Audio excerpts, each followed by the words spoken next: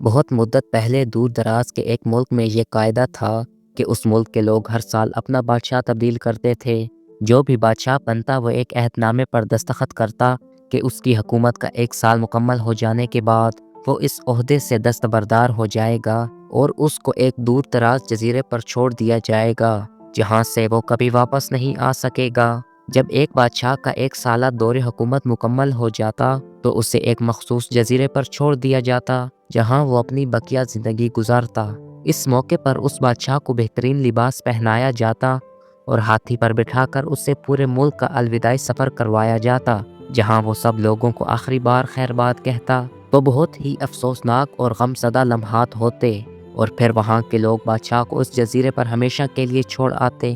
ایک مرتبہ لوگ اپنے پرانے بادشاہ کو جزیرے پر چھوڑ کر واپس آ رہے تھے کہ انہوں نے ایک ایسا سمندری جہاز دیکھا جو ابھی کچھ دیر پہلے ہی تباہ ہوا تھا اور ایک نوجوان شخص نے خود کو بچانے کے لیے لکڑی کے ایک تختے کا سہارا لے رکھا تھا۔ چونکہ ان لوگوں کو ایک نئے بادشاہ کی بھی تلاش تھی لہٰذا انہوں نے اس نوجوان شخص کو اپنی کشتی میں بٹھا لیا اور اپنے ملک لے آئے اور اس سے 1 سال کی حکومت کرنے کی درخواست کی۔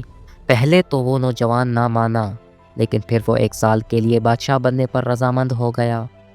وہاں کے لوگوں نے اسے بادشاہت کے تمام اصول اور طریقے سمجھا دیے اور یہ بھی بتایا کہ 1 سال کے بعد وہ اسے مخصوص جزیرے پر چھوڑ آئیں گے۔ بادشاہت کے تیسرے دن ہی اس نوجوان بادشاہ نے اپنے وزیر سے کہا، مجھے وہ جگہ دکھائی جائے جہاں گزشتہ تمام بادشاہوں کو بھیجا گیا تھا۔ وزیر نے بادشاہ کی خواہش کا احترام کرتے ہوئے اسے وہ جزیرہ دکھانے کا اہتمام کیا۔ وہ جزیرہ مکمل طور پر جنگل تھا اور جنگلی جانوروں سے بھرا ہوا تھا۔ ان جانوروں کی آوازیں جزیرے کے باہر تک سنائی دے رہی تھیں۔ بادشاہ جائزہ لینے کے لیے تھوڑا سا جنگل کے اندر گیا اور اس نے وہاں تمام بادشاہوں کے ڈھانچے دیکھے۔ وہ سمجھ گیا کہ بہت جلد اس کا بھی یہی حال ہوگا اور جنگلی جانور اس کو چیر پھاڑ کر کھا جائیں گے۔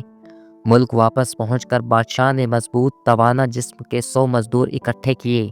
ان سب کو اس جزیرے پر لے گیا اور حکم دیا کہ جنگل کو 1 ماہ میں مکمل طور پر صاف کر دیا جائے، تمام خطرناک جانوروں کو مار دیا جائے اور سب فالتو درخت کاٹ دیے جائیں۔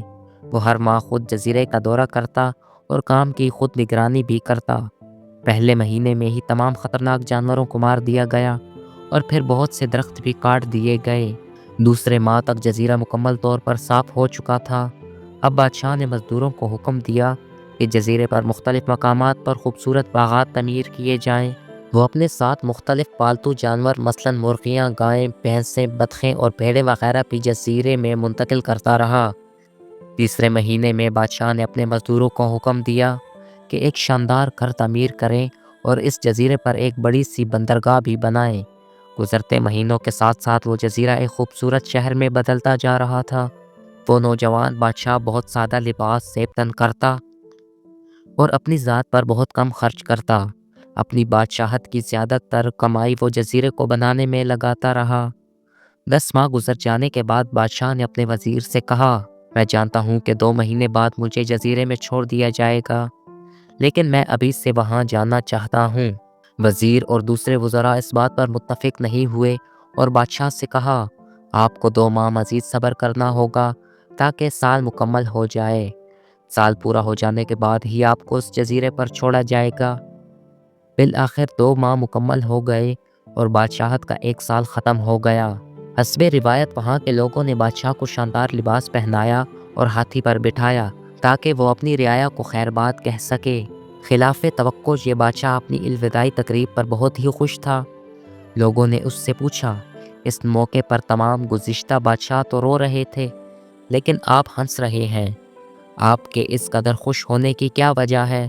اس نوجوان بادشاہ نے جواب دیا، تم لوگوں نے داناؤں کا وہ قول نہیں سنا، جب تم ایک چھوٹے بچے کی صورت میں اس دنیا میں آتے ہو تو تم رو رہے ہوتے ہو اور باقی لوگ سب ہنس رہے ہوتے ہیں۔